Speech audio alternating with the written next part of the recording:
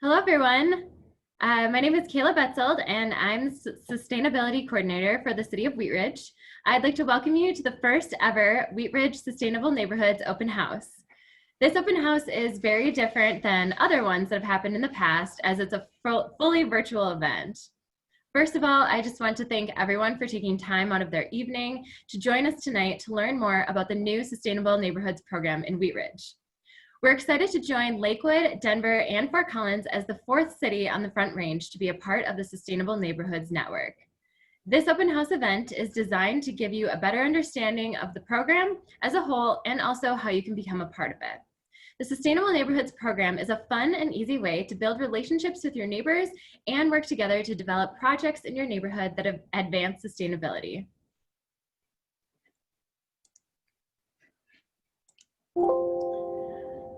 We have a variety of speakers tonight to give you different insights about sustainability in Wheatridge and the Sustainable Neighborhoods program. First, Mayor Bud Starker is going to say a few words. Next, Amy DePeer, the co-chair of the Sustainable Wheatridge Resident Advisory Committee, is going to give us an overview of the committee and some background information about how the Sustainable Neighborhoods program got its start here in Wheatridge. Next, I will give you a very brief high-level overview of the program with more detailed information later in the presentation. Next, Alyssa Bogan, Sustainable Neighborhoods Program Coordinator in Lakewood, will share some of the fantastic projects that have been accomplished by neighbors in the program in Lakewood. She'll also give us some background information about how the program got started and its impact. Next, Christy Cerrone will give us an inside look at what it's like to be a neighbor in the program. After their presentation, I will guide you through a more detailed description about the program here in Wheatridge and also how to apply to be a sustainable neighborhood. Lastly, we'll have time for you to ask questions about the program and the application process.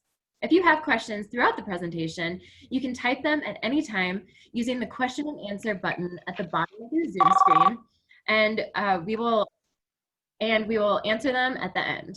If you'd prefer to verbally ask a question at the end of the presentation, you can use the raise hand function to let us know you have a question at the end, and at the end of the presentation, we'll make sure that we answer it. We also have Marianne Schilling, assistant to the city manager, behind the scenes helping us with the virtual meeting platform coordination and logistics. So thank you to Marianne for all of your help tonight with making this open house go smoothly. Lastly, before we begin, I'd like to mention that this open house is being recorded and the recording will be available on the city's website and the YouTube page if you or your neighbors would like to watch it at a later time to learn everything you need to know about the program. First, we'd like to introduce our mayor, Bud Starker, who's going to say a few words. Mayor, thank you for taking time to speak to us tonight, and you have the floor. Kayla, thank you very much for inviting me here tonight to listen and find out more about this Sustainable Neighborhoods program. We're really excited to have this coming to our city. We've got strong support from City Council for this initiative. And this really continues on our focus on neighborhoods throughout the whole city. We've recently updated our neighborhood revitalization strategy, our NRS, and we've got a lot of new initiatives going on in our neighborhoods with new personnel and new programs coming on. This is certainly one of them, and we're really excited to have this in the city. And I want to thank you for putting on this presentation tonight and for all the folks in the community who are joining us. So I'm really excited to hear more about it. And thanks to all of our, Kayla, you and Marianne and Amy and all of the volunteers and the people who put this thing together and participate in those, because this really continues to make us the great city that we are. So thank you very much.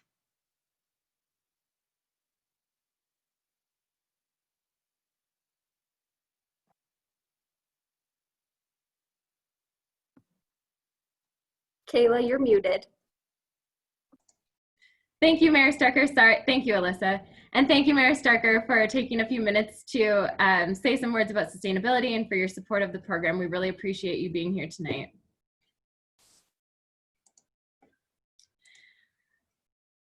And next, I'd like to introduce Amy DePeer, one of the co-chairs of the Sustainable Wheatridge Resident Advisory Committee. Amy has been an integral part of developing and implementing sustainability initiatives here in Wheatridge, and she's going to give us an inside look at the Sustainable Wheatridge Committee. Awesome. Thank you, Kayla, and thank you to Mayor Starker as well. As Kayla mentioned, my name is Amy DePeer, and I am one of the co-chairs of Sustainable Wheatridge. Sustainable Wheatridge is an advisory committee to the city focused on actually the 6 topic areas you can see here: energy efficiency and green building, renewable energy, transportation, solid waste and recycling, water, and communication and engagement, providing guidelines, recommendations, and partnering with organizations to move forward sustainability initiatives around those topics. So the way that our committee has defined sustainability is as the responsible use of resources as they pertain to the kind of 3 rungs of sustainability. So the pillars are environmental, social, and economic. And we are thrilled and excited to be bringing the Sustainable Neighborhoods program to Wheatridge as the 4th. And I believe on the next slide, you'll get a little bit more on our background. The committee was formed in 2017, and we are 11 resident volunteers. So the resident volunteers part isn't important. So we do this because we want to see great things happen in our neighborhoods and in our city. The first year we were in kind of a research for 6 months, talking to neighbors and organizations and businesses about their sustainability practices and what was already happening. And then we took some time to write a pretty comprehensive action plan that you can find on the website, on the city website, with each of the 6 topic areas. And then in January of 2019, we onboarded new members and were awarded a budget. And part of that has now included the Sustainable Neighborhoods program and some new members, and we have lots of great things happening. So be sure to check out the website if you have some time. I'm really excited to hand it over to Kayla so that she can share some of the amazing things that will happen in this program. Thanks, Kayla. Thank you all. Thank you so much, Amy, for coming tonight and for being a part of the open house and for giving us a wonderful overview of the Sustainable Wheatridge Committee and a little bit of the background and how the program got started here in Wheatridge. So the Sustainable Neighborhoods program is an amazing new program starting here in Wheatridge, and it's a fun and easy way for neighbors to come together to make positive changes in their neighborhood. The program is neighbor-led, so the projects you create and implement are directly related to what interests you and your neighbors. Neighborhoods participating in this certification program use guidance from city staff to organize workshops, projects, and events that enhance the livability and sustainability of their neighborhoods. Participating neighborhoods receive program credits for their efforts, earning them recognition from the community and from the city. When the neighborhood has reached certification, they will receive a street sign from the city installed in their neighborhood to showcase their accomplishments. The overall goal of the program is to enhance the social, ecological, and economic strength of the neighborhood, similarly to what Amy mentioned as a guiding principle of the Sustainable Wheatridge Committee. The Sustainable Neighborhoods program focuses on 5 broad goal areas: air, water, land, energy, and people.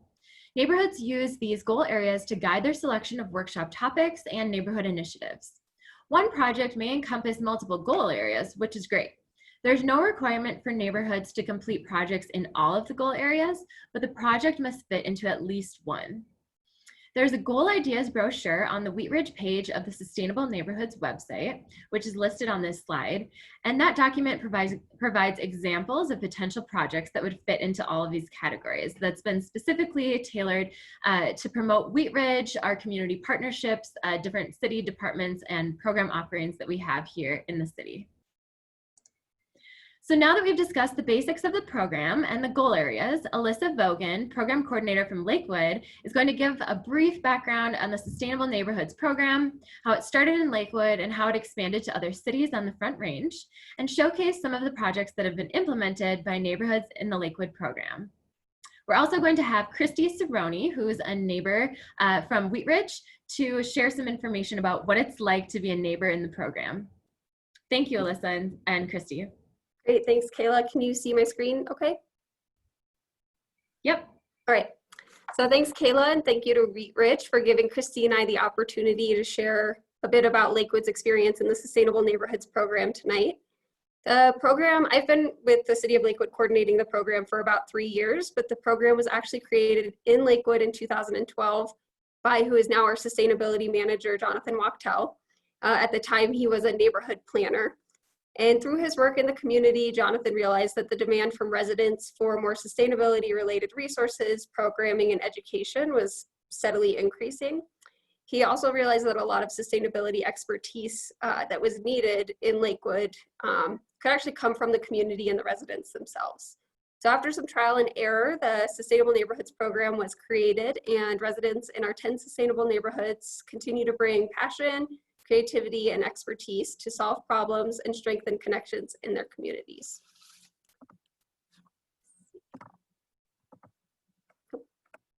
Sorry about that. So I'm going to spend the next few minutes just sharing some stories of residents doing great things in their neighborhoods. And as I'm telling these stories, just keep in mind that these all stemmed from an idea that one or a few residents had, and they were brought to life through the Sustainable Neighborhoods program. So many years ago, a neighbor in the Sustainable Southern Gables community wanted to address all of the leaf-filled plastic bags that pile up in the neighborhood every fall. I think most people know what I'm talking about. And these ultimately end up at the landfill. The first year that the resident organized their neighborhood leaf collection and composting event, there were a couple of dozen households that participated. Each year since, the event has continued to grow and new really cool elements have been added. So youth now actually rake leaves for senior citizens. Over 8 tons of leaves are composted at the event each year. And this year, the community actually partnered with a local farm to use the leaves for soil amendment. So the leaves were composted actually within the neighborhood. One of our older neighborhoods, Morse Park, has a lot of beautiful trees. They also have a lot of old dying trees. So to encourage residents to help improve tree canopy and plant trees, a resident worked with local nurseries who agreed to provide a small discount to residents participating in the neighborhood tree planting initiative. They've set a goal to plant 200 new trees by the end of 2020, and the last I checked, I think they're at about 150. Paint recycling is not a service that's currently offered by the City of Lakewood. So many of our neighborhoods now organize annual paint recycling events in collaboration with Green Sheen. These photos are actually from an event that happened last weekend in our South of 6th neighborhood, where 2 residents organized a safe, socially distanced collection event that served hundreds of residents and raised over $2,200 for their neighborhood elementary school. As Kayla mentioned, there are 5 goal areas that projects must fall under in the program. Each year we see many neighborhood projects and events fall under that people category. Social cohesion and a strong connected community is key to creating resilient neighborhoods. So in several of our neighborhoods, they've formed welcoming committees who welcome new residents, whether they're renters or homeowners, to the neighborhood and educate them on the work that the neighborhood volunteers are doing. 2 very ambitious and driven residents from Green Mountain set a goal to improve recycling and reduce single-use products in 8 schools in their community. This project has been ongoing since fall of 2018 and has contributed to the school district's decision to eliminate styrofoam trays in the schools and also to add more recycling bins in the lunchrooms. Together, these 2 women have connected with over 1,000 students, helping them understand the importance of recycling and caring for the environment. Kayla mentioned that workshops are one way to earn credits in the program. We see a lot of educational opportunities being provided for residents. Chicken Keeping 101, as you can see from the slide, has been a very popular one. We've also seen planting for pollinator workshops, composting education, low stress bike route education, energy efficiency workshops. You name it, it's probably been covered as a workshop over the last 8 years in our community. And the best part, as I had mentioned earlier, is that the experts are the neighbors. So when they're presenting and providing this information, it feels a lot easier to connect with and then go home and apply that the information that you learned to your life. In addition to educational workshops, we see a lot of big projects happening in the neighborhoods. There's been community garden projects in most of the neighborhoods at this point, but Ivor was our first, where they turned this underused piece of grass into this beautiful garden.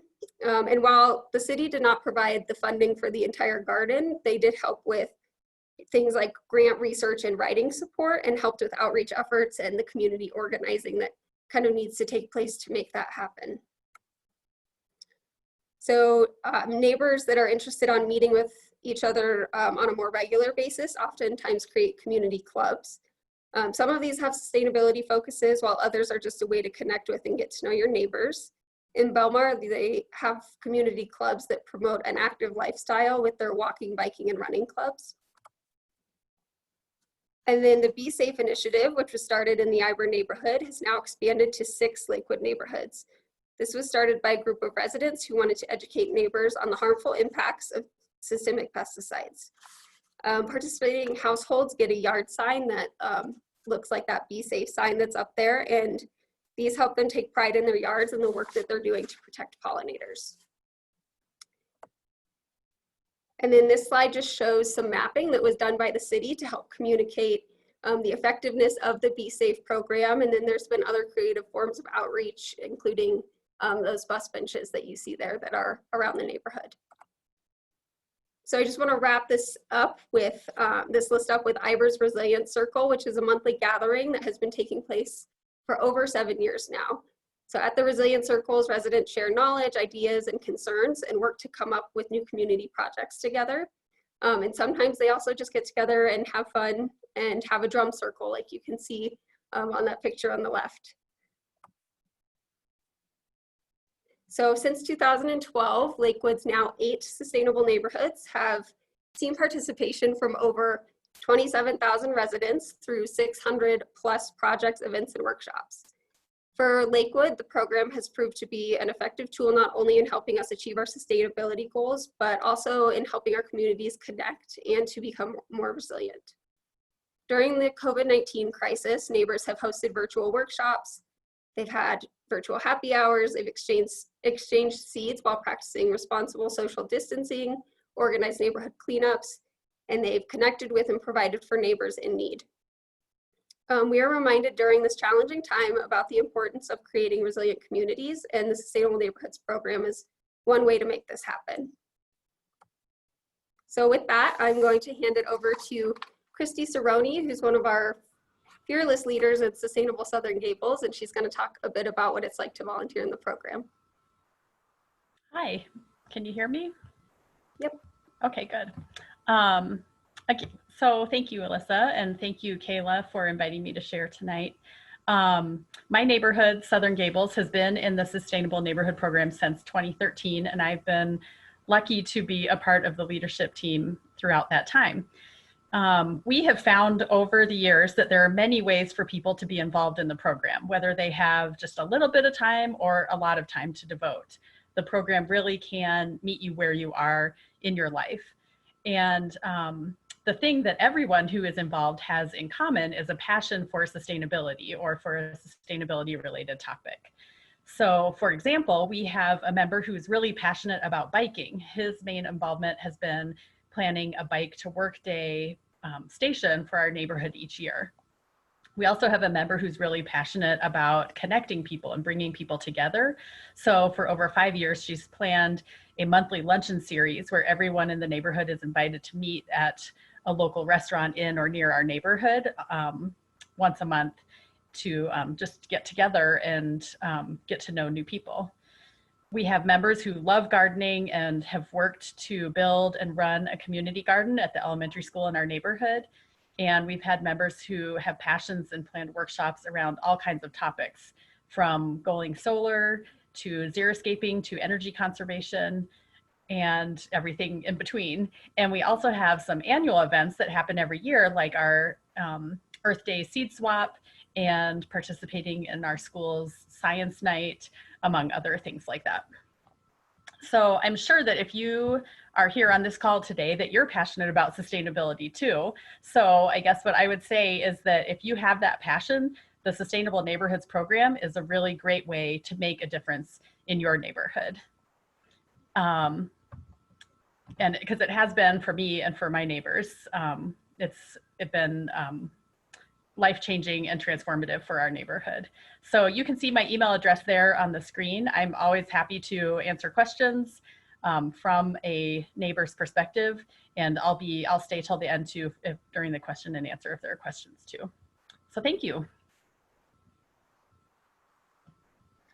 Thank you so much to both Alyssa and to Christy for giving us an inside look at what it's like for the program in Lakewood. Can you see is my video on here?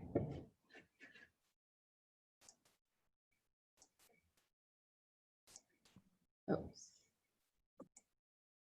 Okay. Back up here. Thank you again to both of you from Lakewood.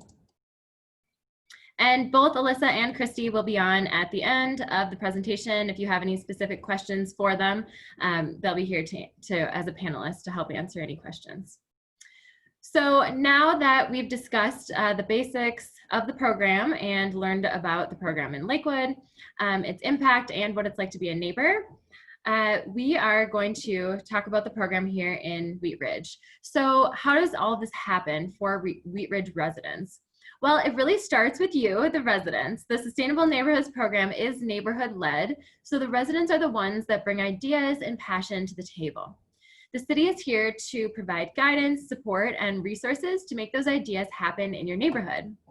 I am the program coordinator in Wheatridge, and I will help and work with neighborhoods to find experts to speak at events, build relationships with local organizations, and provide supplies for neighborhood projects.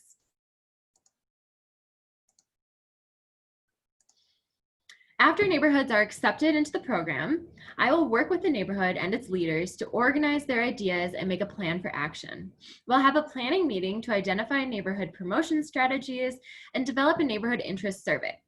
We'll plan and coordinate a neighborhood kickoff workshop and develop a leadership team in the neighborhood that will help to manage the projects.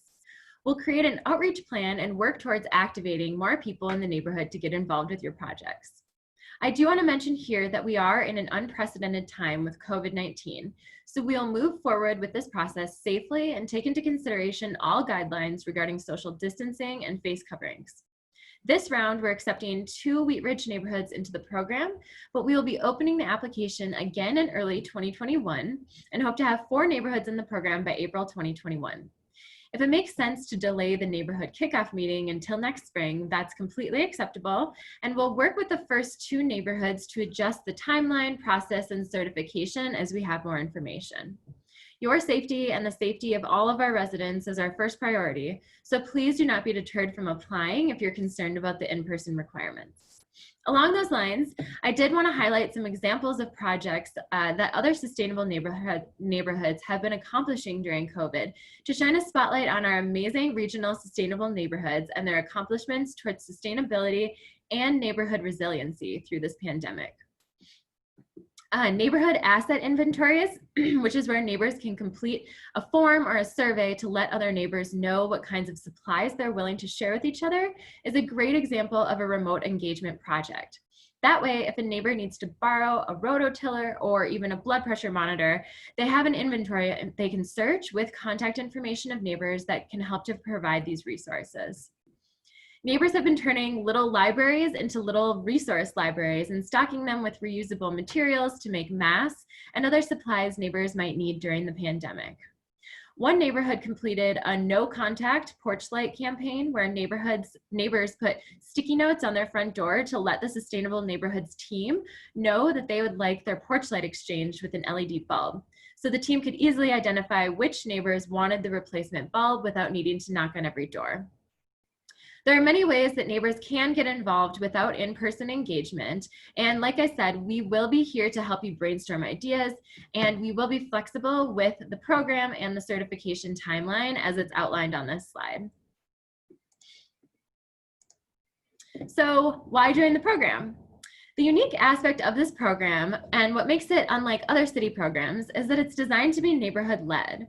You are the ones coming up with the ideas for projects based on the unique needs of your neighborhood, and the projects directly benefit you, your neighbors, and your community. By working with neighbors to identify problems in the neighborhood or topics that many people are interested in, you can work together to find solutions and develop innovative projects to make a positive change.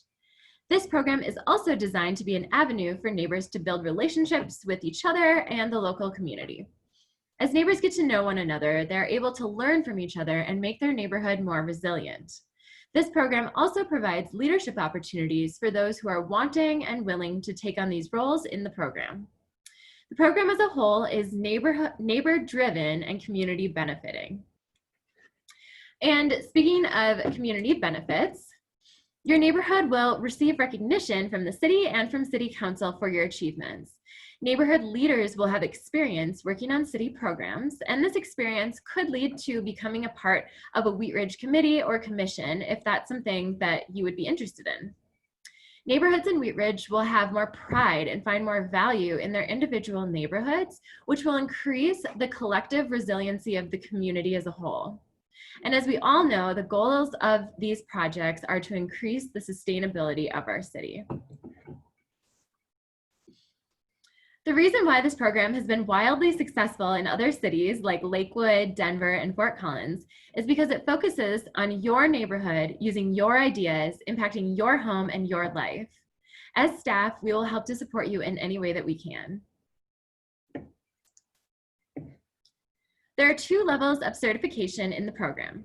The neighborhood must earn a minimum of 60 credits in a year to be certified as a participating neighborhood. To receive the personalized street sign in your neighborhood, you must reach outstanding neighborhood certification level with 100 credits. The credits are earned through attendance at neighborhood events and workshops, and also for developing neighborhood communication strategies, forming sustainability clubs, and implementing projects. The activities eligible for certification are listed here. Neighborhood workshops are educational events that provide information and resources to help residents turn awareness into action.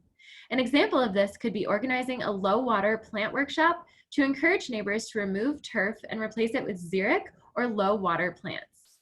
Special events are neighborhood-wide activities that enhance sustainability through resident action, such as a neighborhood cleanup. Neighborhood outreach is a way to engage more neighbors about projects and encourage participation. Neighborhoods can receive credits for developing a neighborhood outreach strategy and utilizing outreach channels.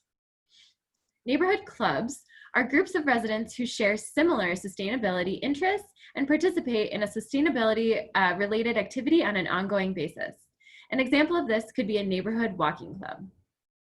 An implementation occurs when a neighborhood takes direct action to make a change that advances sustainability.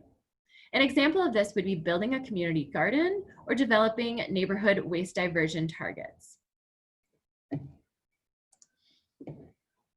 So now that we have explored the program a little bit more in detail, learned about the certification process and the credit eligible activities, and learned about the benefits of becoming part of the program, let's talk about the application. So we're in the application process right now. The application opened on June 15th and should be submitted by August 31st, 2020. All of the application information can be found on the Wheatridge page of the Sustainable Neighborhoods website. The application itself is linked from that page back to the city's website form center. There's also an application guide that explains the application questions in more detail and a document with frequently asked questions about the application itself. So there are 3 parts of the application: neighborhood information, project ideas, and neighborhood support. Although many neighborhoods have a team of people working on the application, we ask that you include one person's contact information when you submit. The neighborhood information section asks neighbors to define the approximate boundaries of their neighborhood. And for this program, neighborhoods are self-defining, so it's up to the neighbors to determine those boundaries. Taking into consideration schools, parks, and businesses in the area will help to determine the neighborhood boundary, as all of these may play a part in your sustainable neighborhood. This section also asks about the predominant type of housing in the neighborhood and asks you to describe distinguishing features of your neighborhood, or what makes your neighborhood unique. Thinking through these neighborhood features will inform the types of projects you may want to develop for your neighborhood's needs. The next section of the application is the project ideas. The project ideas should relate to your neighborhood needs and to the topic areas of the program. The ideas should describe how and why the certain project will have the potential to positively impact your neighborhood. Don't worry too much about telling us how the project will get done, but instead focus on why this project is important to your neighborhood. The last part of the application is neighborhood support. A successful neighborhood has residents that work together to plan and implement these initiatives. Strong applications include signatures of support from residents living in all areas of the neighborhood. We encourage you to gather as many signatures as possible, with at least 20 if possible. You can also gather signatures from a neighborhood association if you have one, local businesses, and schools. Since we're in the midst of COVID-19, it may not be practical to go door to door for signatures of support. So I have created a document with ideas for low to no contact ways to get support from your neighbors. Chalk art is a really popular way that neighbors have been sharing information during the pandemic. Encourage kids and adults in your neighborhood to engage in a chalk art project to get the word out about the program and to show your neighborhood how they can support the program in the application process. Hosting a pop-up stand on a popular corner in your neighborhood to let people know about the program is another way that you could get signatures. You can advertise the pop-up stand location and time you'll be there on social media and Nextdoor, and neighbors can visit the stand to ask questions about the program and sign the signature form. Creating a Google form or an email address that neighbors can send their support to is another way that neighbors can show support for becoming a sustainable neighborhood without any physical contact. Another great way to get support from neighbors without going door to door is using one of those plastic real estate boxes and putting it in a centralized location in your neighborhood with signature form sheets inside of it. Advertise where the box is located on social media and Nextdoor, and neighbors can visit the location, fill out the form, and submit the form without any contact. If you choose to do this, be sure that there is a locked box where neighbors can submit their forms so no one's personal information is left out in the open. If you don't have a locked box, you could use this idea and this location to just have a document that outlines all the ways that neighbors can show support and advertise that in the location with the real estate box. Lastly, printing door hangers or mailbox flyers with ways to show support and distributing them throughout your neighborhood could raise awareness of the program and give neighbors the freedom to choose which way they feel most comfortable showing their support for the neighborhood application.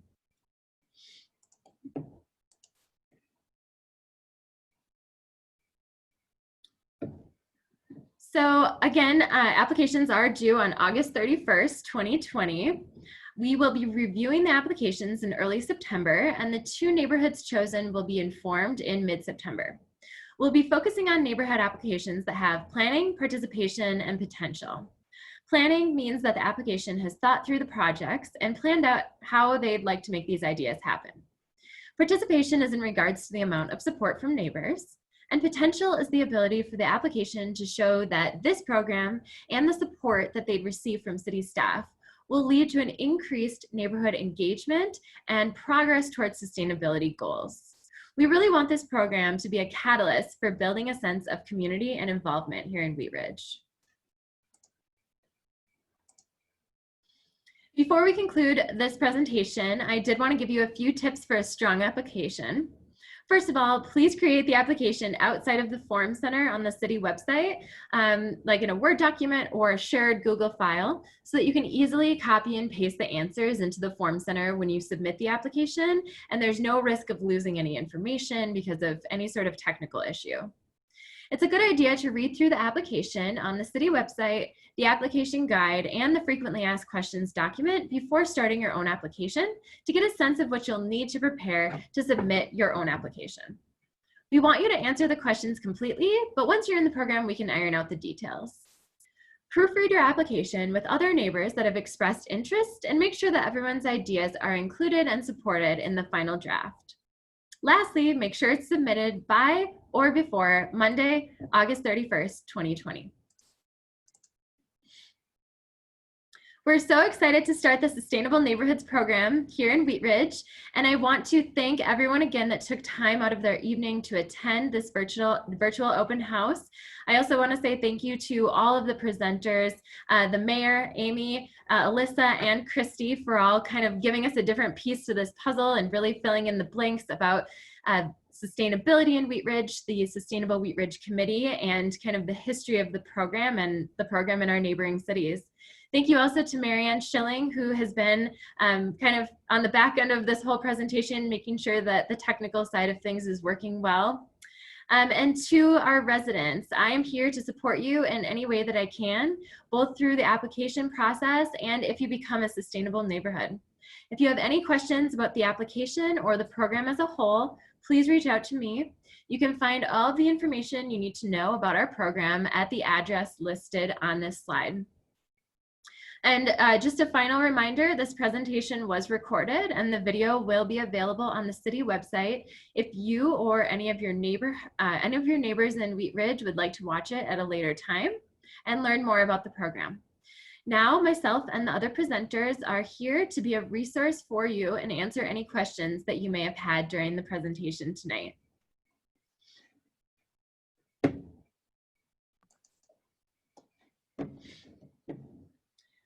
And Marianne, do we have any questions? Yes, we have one question that was written so far in the Q&A piece. You've addressed it a little bit, but if you could just answer Lee Rekka's question. They said they're going to be out of town mid-August and they would like to get their application in early. Is this possible? Yes, definitely. So the application is open right now. The application is linked from the sustainableneighborhoodnetwork.org/Wheatridge page that I had showed a couple times during this presentation. And on that page are all of the documents that you'll need and also a link back to the City Form Center. There's a big green button on that page that says apply now. And if you click that button, it'll take you back to the City Form Center page where you can actually fill out the application and submit it. So, yep, anytime before Monday, August 31st is amazing. If anybody has any questions, I would like to just remind you that you can use the raise hand feature in the Zoom app. Otherwise, we do have a couple commonly asked questions that you can also find on the FAQ that Kayla already mentioned. The first of which is there a size requirement for the neighborhood? So there's no size requirement for the Sustainable Neighborhoods program. We are interested in neighborhoods of all types and all sizes. So we're kind of looking for a variety here. The average neighborhood is about 200 to 500 homes, but this is flexible. We have, other cities have had neighborhoods that are much larger and much smaller. And I think the main thing to be focusing on as far as size is just that engagement piece. Just making sure that you do have the support from neighbors all over your neighborhood. Another question people might have is if they can apply or participate if they're a renter or if they live in a multifamily unit. So yes, definitely. You don't need to own your home or live in a single family house to apply for the program. This program is, we want there to be all types of different housing types and, size types of neighborhoods. There's no strict requirements here. There is a neighborhood in the program in a different city that is fully comprised of a multifamily apartment complex. So don't be deterred from applying if you live in a multifamily complex or if you don't own your home. And additionally, if you are applying to be a part of the Sustainable Neighborhoods program, don't forget to reach out to multifamily properties that may be within your neighborhood and reach out to those residents as well to see if they'd like to lend their signatures of support for your neighborhood as well. We have another question through the Q&A. The question is, how would we find out if somebody is already considering a proposal in their neighborhood? Yeah, so I think that, things look a little bit different right now since we don't have a lot of in-person events and engagement kind of going on this summer. But I think we really have social media on our side. You can post on your next door page, which I have heard from the committee members and other people in Wheatridge that it is pretty active in our Wheatridge community. So posting on your next door page that you are interested in becoming a part of the program, you're looking to start an application, and just reaching out to neighbors to see if there is any other support that's maybe already going on. Maybe there's an application that's already been started. I think there's also social media groups that are specific to Wheatridge. On Facebook, there's Wheatridge Neighbors. So that could be a group where you can post to just kind of get a feel for other people in your neighborhood that might be interested. We also have a community engagement platform called What's Up Wheatridge. So, there might be people that are interacting with that platform as well that are also interested in this program. What do the next steps look like, and what does the launch process look like? Right, so we are about a little over halfway through the application process. Like I said, applications open mid-June, and they are due on August 31st, so Monday, August 31st, 2020. So after that, we have an internal team that will be reviewing the applications in September, and we'll be choosing 2 neighborhoods to become a part of the program, and they'll be notified in mid to late September. After the 2 neighborhoods are notified, and we'll also reach out to all the applicants. So, you'll hear from us one way or the other. And after that part of the process, I will work closely with the neighborhoods to set up meetings to identify neighborhood promotion channels, develop a neighborhood interest survey to reach out to all the neighbors within the neighborhood to kind of see where their level of interest is, help you to brainstorm ideas for projects, and help you to develop a neighborhood outreach plan. So these are all things that we'll do after you're in the program, but like I said, I will work with you and we'll be flexible, and we'll make sure that we're sticking to the social distancing guidelines, and hopefully we can do some of this virtually. So this might be a question for Alyssa or Christy, but attendees might want to know what the level of time commitment might look like for each of the neighborhoods. Yeah, this is Alyssa. I can turn my video on. I think Christy kind of spoke to this, but it varies depending on the amount of time you have to commit to it. So in neighborhoods, we have people that consider themselves neighborhood leaders and probably commit a lot of time every week to either planning projects or working on communication and outreach. But we also have neighbors, as Christy mentioned, who are really passionate maybe about just one project every year, and they work on that project. And then other than that, they're kind of just there to support everyone else that's doing projects in the community. So if you want to get involved, you don't have to feel like this is going to be a huge time commitment every week for you, unless you want to make it. Great. And then a final question that I have would be, what type of funding is available from the city of Wheatridge? Right. So the city will provide, we have some funding available for the 2 neighborhoods selected to be a part of this program for things like mailings. If you want to do direct mailers to your neighbors to let them know about the kickoff event or a specific, neighborhood event that you're working towards. And also things like office supplies. We have some ability to loan equipment like our zero waste materials or any other sort of event equipment that you might need that we would have as the city. We have limited funding available for programmatic needs and buying food for events, buying small materials that you might need for a neighborhood project. And we can also help you find sources of funding. So researching grants, helping you to write those grants and submit those grants, similarly to how Alyssa mentioned that she assisted a neighborhood in applying for those grants that they needed to develop the community garden in Lakewood. And then we also have some, in-kind staff support. So if you need staff for an event or volunteers, that's something that we'd be more than happy to help out with. Great, that is all the questions that I have. So this will be my last call. If anybody has any questions, you can type it into the Q&A, or you can use the raise hand feature in the Zoom app.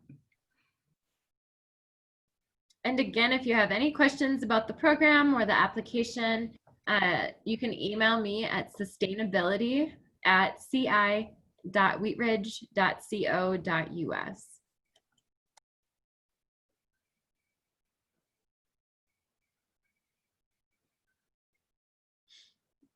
Okay.